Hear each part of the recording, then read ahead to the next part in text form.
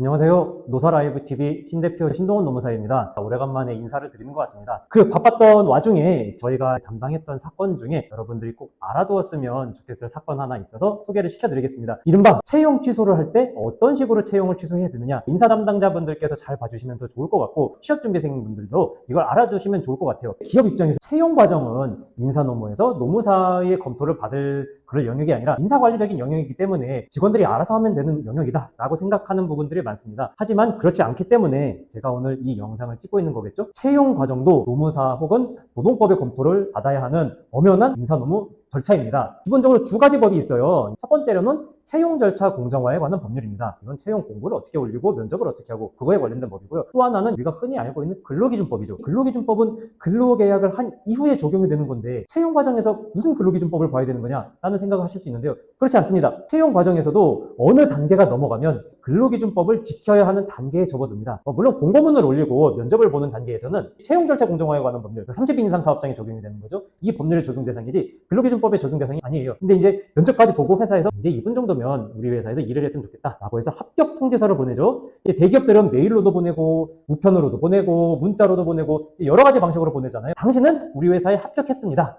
합격 통지를 보낸 순간부터 그 순간부터 근로계약 자체는 이루어졌다고 봅니다. 아직 계약서는 안 썼지만 구두 혹은 메일, 문서 여러 방법으로 계약은 맺어졌다고 봐요. 자, 그럼 계약이 맺어졌으면 무슨 법이 적용이 되겠어요? 근로기준법이죠. 어떤 게 문제느냐? 합격 문자를 보냈지만 여러 가지 사정으로 회사에 채용이 되지 않는 경우들이 있습니다. 그 사이에 회사의 경영이 갑자기 어려워졌어. IMF가 왔어. 이래서 경영상 어려움이 발생했을 수가 있고요. 두 번째로는 합격 통지서를 보내놓고 보니까 이력서에 허위 사실이 발견이 됐어. 그럼 그것도 정당한 채용 취소 사유가 되는 거고, 세 번째는 상호 간에 입사일을 조율을 할 거 아니에요. 여덟 며칠까지 오세요 하는데 이게 안 맞는 경우가 있어요. 사실 중소기업에서 한 명, 두 명 뽑았을 때야 근로자분이 저 그날 못 나갔는데요. 가족 여행이 있어요. 이런 걸 좀 기다려줄 수가 있는데 어느 정도 규모가 되는 중견기업이면 한 10명 이상 뽑아요. 그리고 체계가 잡혀져 있는 회사는 직원을 뽑으면 교육에 들어갑니다. 저희 자문사에서 있었던 사건도 마찬가지예요. 중견그룹인데 한 11명 정도를 한 번에 뽑았어요. 이 회사도 2주간의 연수 프로그램이 있었는데 한 명만 저 그날 차에 못 가요. 가족 여행이 있어요 라고 하는 거예요. 한 2주 동안 서로 막 왔다 갔다 했어요. 그래서 회사에서도 도저히 안 되겠으니까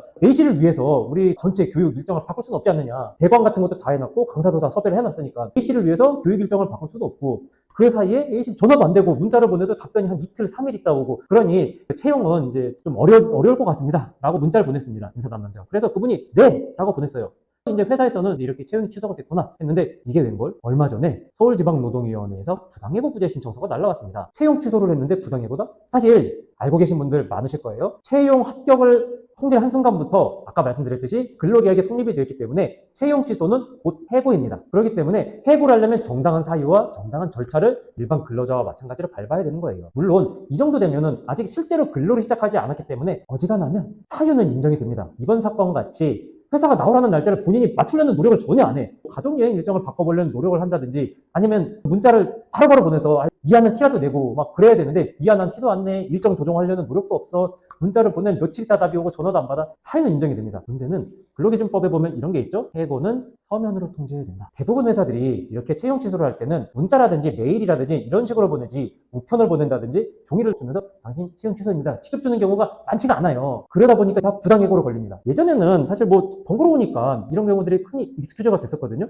근데 저희 자문사에서 올해에 한 건 있었고 작년에 3건 있었습니다. 취직 준비하시는 분들도 커뮤니티가 있겠죠? 그런 커뮤니티에서 노동법에 대한 이해도가 많이 높아진 것 같아요. 그리고 회사 측에서 보면 좀 유행인 거죠. 문자나 메일로 채용 취소를 한 경우에 부당해고 구제 신청 들어가요. 회사는 여러 가지 억울한 사정 말하지만 근로자 측에서는 딱 한마디만 합니다. 이거 해고 절차 위반이므로 부당해고니까 금전 보상해 주세요. 해서 이분 지금 출근 하루도 안 했는데 550만 원 금전 보상 아마 받을 것 같아요. 이길 수가 없습니다. 채용 취소 과정도 노동법의 검토를 받아야 되는 과정이기 때문에 자문 노무사가 있다 하면은 채용 과정부터 다 그냥 노무사한테 물어보세요. 노무사한테 사유는 정당한가요? 어떻게 이 취소 메시지를 보내면 될까요? 다 물어보세요. 그냥 문자로 보냈다가는 이번 사건처럼 빠져나올 수가 없습니다. 아무리 사유가 정당해도 해고는 절차가 정당하지 않으면, 즉 서면으로 통지하지 않으면 무조건 아니 한 99% 정도 가끔 메일로 보내는 게 인정이 되니까 여러 가지 형식을 갖추면 그런 경우가 아니면 99% 부당해고가 되기 때문에 앞으로는 채용 취소를 할 때도 조심하면 좋겠고 사실 근로자 입장으로 보면 처음에 합격 통지 받으면 그다음부터 면접 안 보잖아요. 근데 갑자기 오지 말래. 피해를 보잖아요. 이거에 대해서는 뭐 금전보상이든 부당이익구제 신청이든 여러 가지 방법을 통해서 어느 정도는 보상을 받으실 수가 있습니다. 오늘 방송 간만에 찍어서 제가 좀 감이 떨어져서 방송이 되게 긴 것 같은데요. 핵심은 채용 취소도 문자나 SNS를 보내면 안 된다. 입니다. 오늘 제가 말씀드린 게 여러분들께 도움이 되셨다면 저희 방송 구독과 좋아요 눌러주시고